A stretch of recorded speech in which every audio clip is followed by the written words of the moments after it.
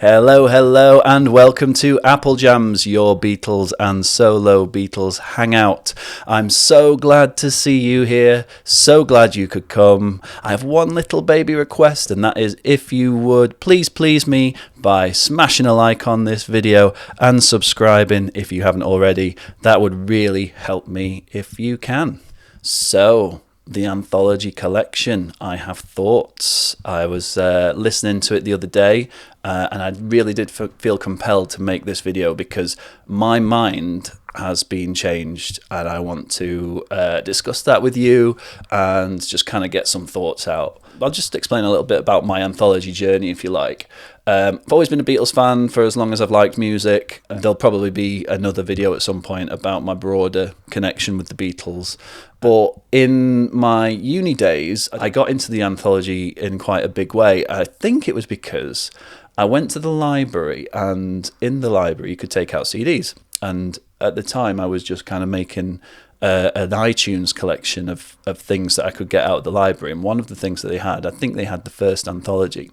So I took that out, rinsed it, absolutely loved it, put it on my iTunes, but I don't think they had 2 and 3. So I decided to get on eBay, which is again quite a new thing for me at the time, and grab those. I think I paid about a tenner to 15 quid for each one. I did get Anthology 1 even though I already got it on my iTunes, but that's the completest aspect of me.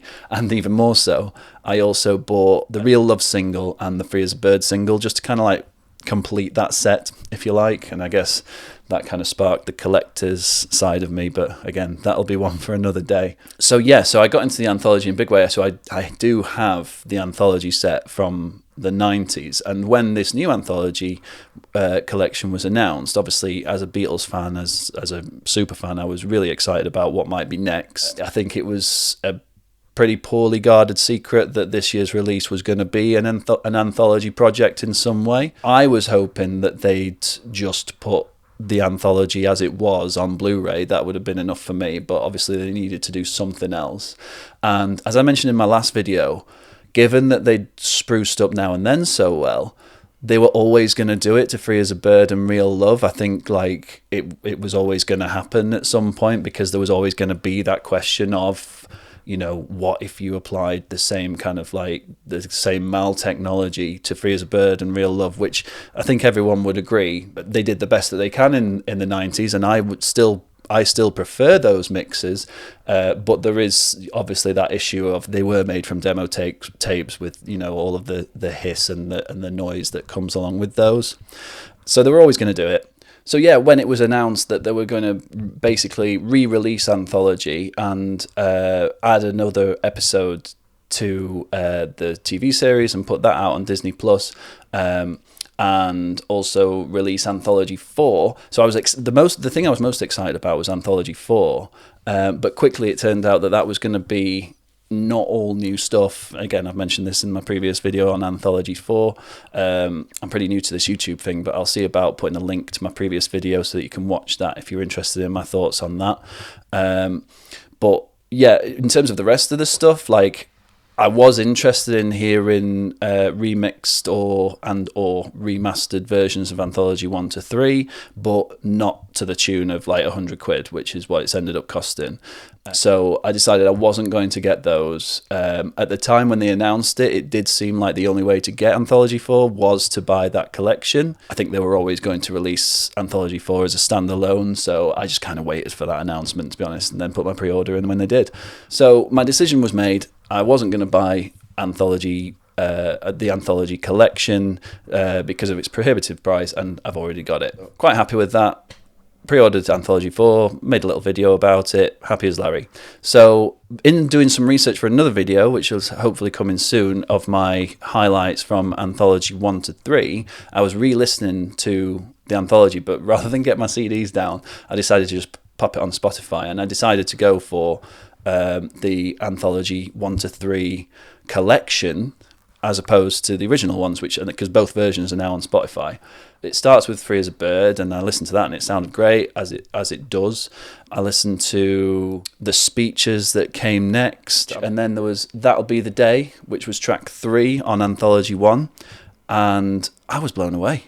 Like, I I could definitely hear that they'd clearly used the MAL software to get rid of some of that like tape hiss and background and background noise. And I listened to In Spite of All the Danger, and I felt like it was on that as well, but to somewhat a lesser extent. And I was really impressed. Like, That'll Be the Day especially just sounded fantastic. When previously, on the previous anthology, it sounded a bit ropey. I compared them to each other. It's definitely been cleaned up. So I think that answers the question of, have the new anthologies been remixed? Now, I haven't got a keen enough ear to be able to tell you all the differences between the other tracks and the differences between the 90s and now. I'd say my audio equipment isn't nearly good enough to kind of like make that those differences clear, even if there are. All I can tell you is that when I heard That'll Be the Day through my headphones, it definitely made me think, wow, this does sound different. And now I've got a dilemma, because as with all of these re-releases, I always get them because I'm hoping that they're going to basically be the now definitive versions of those songs, if you know what I mean. I know there's purists that think that the remixes are potentially unnecessary, or that they'd always go back to the originals, or that they think of them as just different versions. I kind of think of them as the go-to versions now.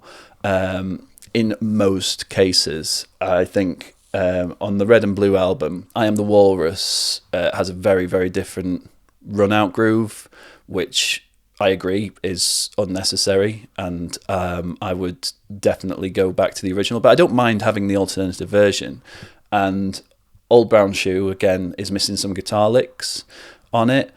I find that baffling, and I don't know why you'd do that. I believe that it's a mistake, so therefore that hasn't replaced the original version either.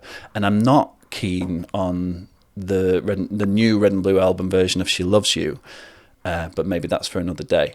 But yeah, broadly speaking, like with Revolver and with Pepper and with the White Album, they sound amazing with the new mixes, and that's what I want to have. I want to have the best, because the Beatles are by far my favourite band of all time. I want to have the best version of all their stuff. So now what do I do? Because clearly the version of That'll Be the Day, at least, is the best version available on CD. So do I go and get that now? Do I spend £100 to get the best version of Anthology? I'm not going to lie, I've thought about it. It has somewhat changed my mind. I am now thinking, well, if I can find them on the cheap, that I will pick them up. But to be honest, I still keep a level head on it, and I do still own the original anthologies. I can listen to the new one on streaming. I probably will from now on. And let's be honest, we don't go back to the anthology nearly as much as the actual released albums or singles. So, yeah, when all is said and done, I would like to pick up the new Anthology Collection, but just to have the best sounding version of those albums. But I think I am going to leave it as long as it's £100. But what do you think? Do you think that the new Anthology Collection is worth buying, even if you've got the originals? Or do you think there's nothing that they could realistically do to them to make them worth buying? Really interested in your thoughts, so let me know in the comments. Go and watch some of the Beatles YouTubers. They're all dead good. I'm just trying to follow in their footsteps, really. I'll say ta-ra, and catch you on the next video.